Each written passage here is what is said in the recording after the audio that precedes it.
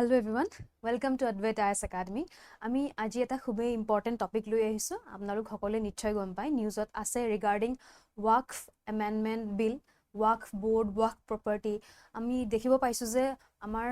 opposition party আৰু protest কিছুমান চলি আছে ৰাইট জন্তৰ মন্তৰত protest হৈ আছে গতিকে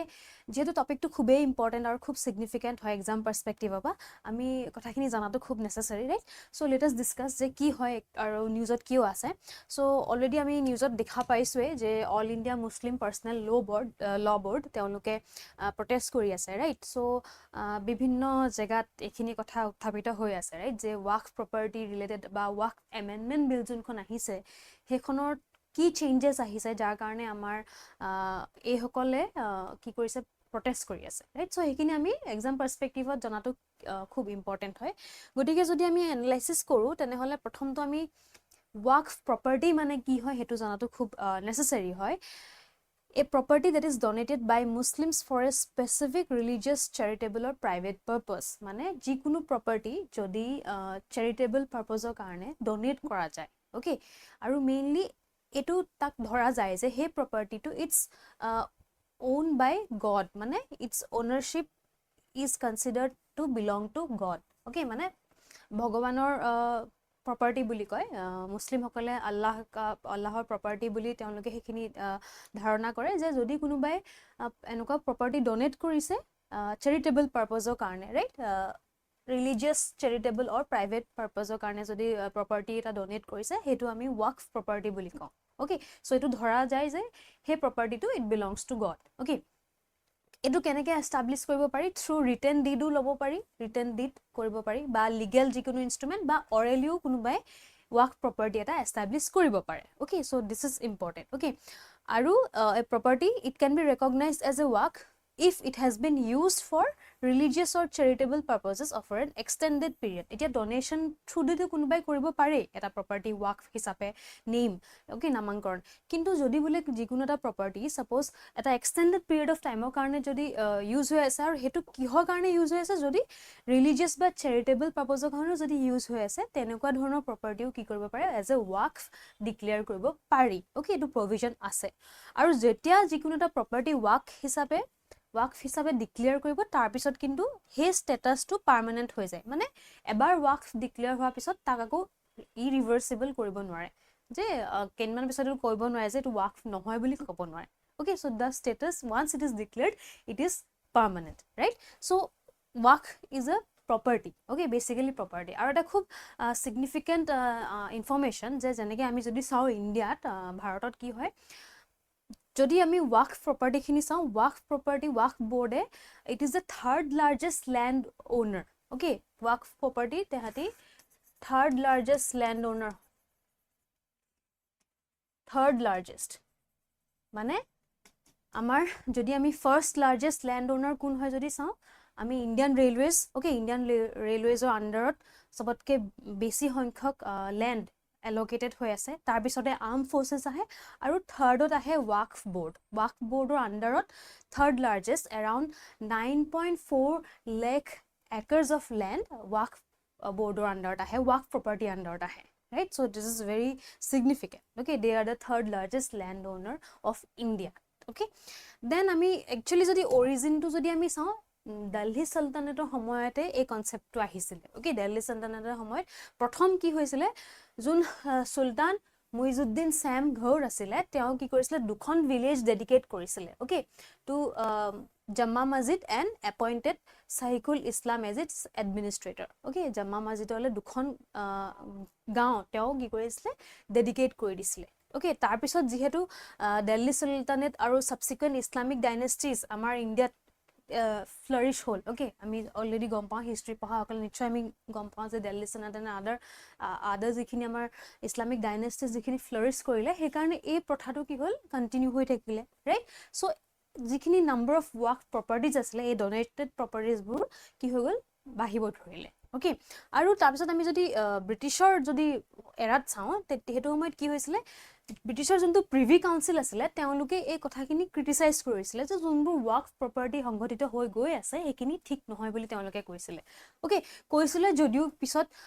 যোনখন এক্ট আহিলে মুছলমান ওয়াকফ ভ্যালিডেটিং এক্ট অফ 1930 তেওঁলোকে এই ওয়াকফ সিস্টেমটো আপহেল কৰিলে তেওঁলোকে এটো কলে যে এইখন এক্টৰ জৰিয়তে ওয়াকফ সিস্টেমটো একো ধৰণৰ কোনো ভুল নহয় এটো থাকিব পাৰে যদিও ব্ৰিটিছে এটো ক্ৰিটিসাইজ কৰিছিলে ষ্টিল এইখন লাগু থাকিলে ওকে আৰু নেহৰু গভৰ্ণমেণ্টৰ সময়ত ওয়াকফ এক্ট অফ 1954 খন পাস হৈছিলে ওকে আৰু তাতে ওয়াকফ বোৰ্ড বিলাকক সেন্ট্ৰেলাইজ কৰিবৰ কাৰণে কোৱা হল okay through Waqf act of 1954 গতিকে এক্সামত যদি আহে যে ওয়াকফ যেটো এক্ট ওয়াকফ যোনটো বোৰ্ড আমি এটা কৈ আছো হেখিনি সেন্ট্ৰেলাইজ কিতিয়া কৰিছিলে ইনিশিয়ালি নেহৰু গভৰ্ণমেণ্টৰ সময়ত যেতিয়া 1954 এই এক্টখন পাস কৰিছিলে ওকে তাৰ পিছত central Waqf council of India okay এটা স্ট্যাটুটৰি বডি এস্টাবলিশ কৰা হল ওকে কাৰণ ওয়াকফ এক্টৰ আন্ডাৰত এস্টাবলিশ কৰা হৈছিলে 1954 এই এক্ট খনৰ আন্ডাৰত central Waqf council of India establish কৰা হ'ব ওকে আৰু এই বডিটোৱে এই স্ট্যাটুটৰি যোনটো বডি হয় central Waqf council of India it oversees the work under various state waqf boards মানে এতিয়া যেনেকে সেন্ট্ৰেল লেভেলত এখনটো আমাৰ এটা স্ট্যাটুটৰি বডি আছে অল ওভাৰ ইণ্ডিয়া লেভেলত কিন্তু যিমানবোৰ আমাৰ ষ্টেটস আছে গোটেই ষ্টেট বিলাকতো এখন ষ্টেট ওয়াকফ বোৰ্ড আছে ওকে আৰু এই সেন্ট্ৰেল যোনটো অথৰিটি তেওঁলোকে ষ্টেটত থকা বোৰ্ড বিলাকক কামবোৰ তেওঁলোকে ওভাৰসি কৰে ওকে আৰু এটো কোনটো সেকশনৰ আন্ডাৰত আছে সেকশন 9 সাব ক্লজ 1 ওয়াকফ এক্ট 1954 সেকশন 9 সাব ক্লজ 1 ৰ আন্ডাৰত বিভিন্ন ধৰণৰ ষ্টেটত ওয়াকফ বোৰ্ডছ ইনষ্টিটিউট হৈ আছে ওকে এতিয়া অসমত ওয়াকফ বোৰ্ড কিহৰ আন্ডাৰত আছে বুলি ক'ব লাগিব section 91 of Waqf act 1954 okay so central লেভেলতো আমাৰ আছে লগতে আমাৰ ষ্টেটৰো প্ৰত্যেকখন ষ্টেটতে এখন বোৰ্ড আছে ৰাইট এতিয়া যোনখন 1955 ৰ অৰিজিনালি এক্ট ওয়াকফ এক্ট আছিলে হেখনে মেইনলি যিবোৰ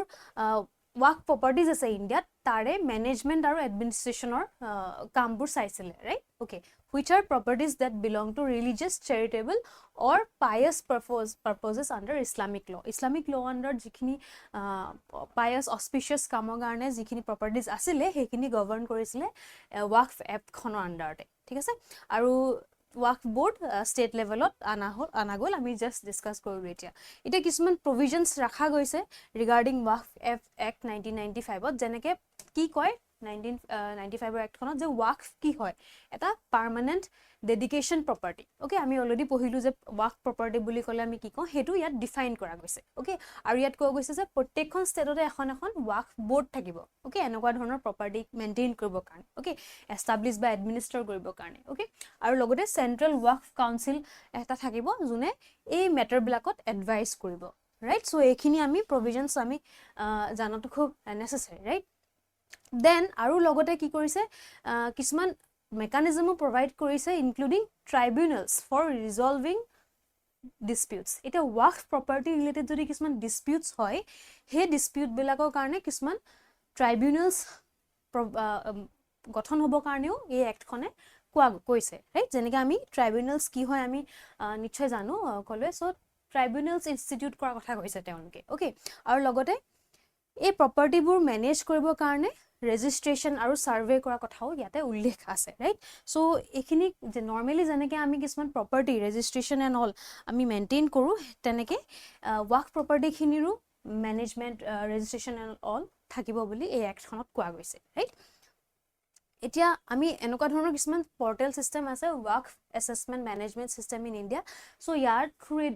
যদি আমি অফিচিয়ালি চাও দেন আমি ইয়াতে গৈ সাৰ্চও কৰিব পাৰো যে কোনখন ষ্টেটত কোনটো ডিস্ট্ৰিক্টৰ আন্ডাৰত কিমানবোৰ ওয়াকফ প্ৰপাৰ্টি ৰেজিষ্টাৰ হৈ আছে right so this is a updated list right এটা যিখন বিল আহিলে ঠিক আছে সো ওয়াকফ এমেন্ডমেন্ট বিল আহিছিলে 2024 সো প্ৰথমতেটো লোকসভাত ইন্ট্ৰোডিউস হ'ল তাৰ পিছত জয়েন্ট পাৰ্লিয়ামেন্টাৰী জেপিসি জয়েন্ট পাৰ্লিয়ামেন্টাৰী কমিটিক ৰেফাৰ কৰা গ'ল ওকে সো প্ৰবলেমটো কি হৈ আছে কন্ট্ৰভাৰ্সিটো যে যেতিয়া যিকোনো আমাৰ এনেকুৱা ধৰণৰ ক্ৰুচিয়াল ইম্পৰ্টেন্ট যদি আমাৰ টপিকস থাকে সেই টপিক বিলাকত কি হয় যেতিয়া আমাৰ পাৰ্লিয়ামেন্টত যায় তেতিয়া কেতিয়াবা কি কয় পাৰ্লিয়ামেন্টাৰী যোনবোৰ কমিটি থাকে তাক ৰেফাৰ কৰে ইস্যুটো ভালকে চালিবাসি চাবৰ কাৰণে ৰাইট সো এতিয়া যেতিয়া এই বিলখন আহিলে তেতিয়া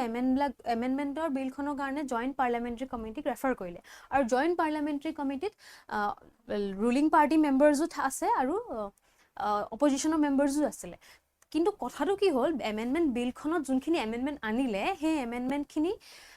কনচিডাৰ যোনখিনি কৰিলে 14টা এমেণ্ডমেণ্ট কনচিডাৰ কৰিছিলে অ'কে আৰু সেই এমেণ্ডমেণ্টকেইটা ruling party okay BJP led NDA পাৰ্টিয়ে যিখিনি এমেণ্ডমেণ্টছ তেওঁলোকে যিখিনি প্ৰপ'জ কৰিলে সেই এমেণ্ডমেণ্টখিনিহে কনচিডাৰ কৰিলে এই বিলখনত অ'কে বাকী 44 এমেণ্ডমেণ্ট যোনটো অপজিশ্যনে কৰিছিলে তেওঁলোকৰ এমেণ্ডমেণ্টবোৰ একচুৱেলি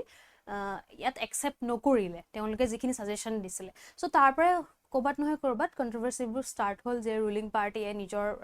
ফেভাৰৰ কাৰণে এইখিনি কৰিছে অপজিশ্যনে যিখিনি এমেণ্ডমেণ্ট প্ৰপ'জ কৰিছিলে সেইখিনি তেওঁলোকে ইনক্লুড কৰা নাই চ' লাহে লাহে তাৰ পৰাই কি হৈ গ'ল এই কণ্ট্ৰভাৰ্চিটো ষ্টাৰ্ট কৰা হ'ল অ'কে ৰিপৰ্ট দিয়াৰ পিছত তাৰপিছত যি বিলখনত একচুৱেলি কি আছে যে মেইনলি যোনটো কম্পজিশ্যন অ'কে যোনটো আমাৰ চেণ্ট্ৰেল ৱাকফ কাউন্সিল হয় সেইটোৰ আৰু ষ্টেটৰ যোনবোৰ ৱাকফ বৰ্ড তাৰে যোনটো কম্পজিশ্যন থাকিব তাত কি কৈছে তেওঁলোকে যে নন মুছলিম মেম্বাৰ্ছ ইনক্লুড কৰিব লাগিব অ'কে নন মুছলিম মেম্বাৰ্ছো ইনক্লুডেড হ'ব লাগিব বিকজ যিহেতু এই প্ৰপাৰ্টিজবোৰ এতিয়া আমি অলৰেডি মই কৈছোঁৱে যে থাৰ্ড লাৰ্জেষ্ট লেণ্ড অ'নাৰ হয় তেওঁলোক ৰাইট এই ৱাকফ বৰ্ড তেওঁলোকৰ আণ্ডাৰ যিবোৰ প্ৰপাৰ্টি আছে গতিকে ইমানবোৰ লেণ্ড ইমান একৰ্ছ অফ লেণ্ড যদি অলৰেডি তেওঁলোকে এডমিনিষ্ট্ৰেট কৰি আছে তো তাত অকল এটা ৰিলিজিয়নত বেছ নকৰি ইট শুড বি সেকুলাৰ হিচাপত তেওঁলোকে এইখিনি কথা কৈছিলে অ'কে আৰু লগতে তেওঁলোকৰ ছাৰ্ভে কৈছিলে যে যোনটো ছাৰ্ভে কমিশ্যন যোন থাকিব তেওঁক it has been replaced by the collector এজন কালেক্টৰ এজন ডিষ্ট্ৰিক্ট কমিশ্যনাৰ থাকিব যোনে ছাৰ্ভে কণ্ডাক্ট কৰিব পাৰিব অ'কে ৱাকফ প্ৰপাৰ্টিৰ কাৰণে তেওঁ ছাৰ্ভে কৰিব পাৰিব আল্টিমেটলি পাৱাৰ দিয়া গৈছে তেওঁলোকক অ'কে তাৰপিছত যোনবোৰ ট্ৰিবিউনেলৰ ডিচিশ্যনছ সেই ডিচিশ্যনছখিনি ৰিলেটেডো তেওঁলোকে কৈছে যে যদি ট্ৰিবিউনেলে কিবা ডিচিশ্যন দিয়ে ছাপ'জ এটা ডিছপিউট হৈছে ৱাকফ প্ৰপাৰ্টি ৰিলেটেড অ'কে তাৰ কাৰণে যিখন ট্ৰিবিউনেল সংগঠিত কৰা হ'ব সেই ট্ৰিবিউনেলখনে যদি এটা ডিচিশ্যন দিয়ে তো এই বিলখনত এতিয়া এইটো কৈছে যে মে বি সেই ডিচিশ্যনটো ফাইনেল বুলি কনচিডাৰ নকৰি হাই কোৰ্টতো ডাইৰেক্ট এপিল কৰিব পাৰিব বুলি তেওঁলোকে এইখিনি কথা কৈছে ৰাইট চ' কণ্ট্ৰভাৰ্চিছবোৰ ইয়াতে ইনক্লুড হৈ আছে এইখিনি এতিয়া যদি আমি কম্পজিশ্যন চাওঁ তেনেহ'লে চেয়াৰপাৰ্চন থাকে মেম্বাৰ্ছ থাকে মেম্বাৰ অফ পাৰ্লিয়ামেণ্ট থাকে ঠিক আছে ৰিটায়াৰ্ড সুপ্ৰিম কোৰ্ট আৰু হাইকোৰ্ট জাজেছ থাকে আৰু মুছলিম লত জনা এমিনেণ্ট স্কলাৰ্ছ থাকে ৰাইট এতিয়া যিখিনি প্ৰভিজনছ বিল এমেণ্ডমেণ্ট বিলখনত আনিছে তাত কৈছে যে যিটো MPছৰ ৰিকুৱাৰমেণ্ট ঠিক আছে বা ফৰ্মাৰ জাজ আৰু এমিনেণ্ট পাৰ্চনবোৰ মুছলিম হ'ব লাগিব এজন এমিনেণ্ট পাৰ্চন যে মুছলিম হ'ব লাগিব সেই ৰিকুৱাৰমেণ্টটো তেওঁলোকে আঁতৰাই দিছে যিটো নেচেচাৰী নহয় যে এজন পাৰ্চন মুছলিম হ'বই লাগিব নন মুছলিম এজনো তাত মেম্বাৰ হ'ব পাৰে আৰু ইনক্লুড কৰিব লাগে অ'কে আৰু কৈছে যে এইটো কম্পালচৰিলি 2জন মেম্বাৰ নন মুছলিম ইনক্লুড কৰিব লাগিব বুলি কৈছে অ'কে এইকেইটা প্ৰভিজনে চেঞ্জেছ আনিছে যাৰ কাৰণে কণ্ট্ৰভাৰ্চিটো ষ্টাৰ্ট হৈছে বা প্ৰটেষ্ট হৈ আছে আৰু তাৰপিছত কৈছে যে at least 2 members must B women okay so' এইটোতো চেঞ্জ কৰা নাই আগতেও এই প্ৰভিজনটো আছিলে যে দুগৰাকী এটলিষ্ট women হ'ব লাগিব বুলি কৈছে ওকে সো এখিনি চেঞ্জ আনিছে যাৰ কাৰণে এই আমাৰ যিখিনি কন্ট্ৰভাৰ্সি হেখিনি হৈ আছে ঠিক আছে এতিয়া ওয়াক বোৰ্ডৰ কথা যদি চাও আমি বোৰ্ড যোনকিখন ষ্টেটৰ বোৰ্ড আছে ষ্টেট বোৰ্ডৰ আন্ডাৰত কি এমেন্ডমেন্ট কৰিছে যে নমিনেশন টু এজন পাৰ্সন থাকিব from each state government okay আগতে ইলেকশন আছিল এতিয়া নমিনেট কৰিব কৰা কথা কৈছে আৰু নমিনিজ মুসলিম হ'ব নিড নট বি মুসলিমছ হ'ব লাগিব বুলি কোনো ধৰণৰ ম্যান্ডেটৰি নাই আৰু বোৰ্ডত দুজন নন মুসলিম মেম্বাৰ থাকিব এজন at least member from each Shia Sunni and backward classes of Muslim হ'ব লাগিব আৰু দুজন মুসলিম ওমেন মেম্বাৰ্স হ'ব লাগিব সো এগিটা প্ৰভিজন এমেন্ডমেন্ট খনত আনিছে ওকে সো আমি অলপমান জাস্ট যিখিনি প্ৰভিজন চেঞ্জ হৈছে হেখিনি আমি জানাটো খুব নেসেসাৰি বিকজ আমাৰ যেহেতু যদি আমাৰ প্ৰিলিমছত স্টেটমেন্ট বেস যেহেতু কোৱেশ্চন আহে তো তাত এনেকুৱা প্ৰভিজন দি দিব পাৰে যে মেম্বাৰ্স কেজন কি মেম্বাৰ হে কম্পোজিশনটো আমি খুব জানাটো নেসেসাৰি হৈ যায় ৰাইট এটা মেইন ইস্যুটো এটোৱে হৈছে যে যদি আমি চাও ওয়াকফ যোনবোৰ প্ৰপাৰ্টি হেবু যেহেতু মই অলৰেডি কলো যে দিল্লী সালতানাতৰ সময়ত ইনিশিয়েট হৈছিল আৰু যিবোৰ আমাৰ ইসলামিক ডাইনেষ্টিজ আছিল তেওঁলোকৰ সময়তে যেটো কালচাৰটো ষ্টাৰ্ট হোৱা সো বেসিক্যালি এই প্ৰপাৰ্টিবোৰ মুসলিম ল হিচাপত মেনেজ হয় ওকে এতিয়া এই বিলখনে কি কৰিছে এমেন্ডমেন্ট বিলখনে নন মুসলিম মেম্বাৰ্সক ইয়াত ইনক্লুড কৰিব ট্ৰাই কৰিছে মেইনলি তেওঁলোকে সকলোকে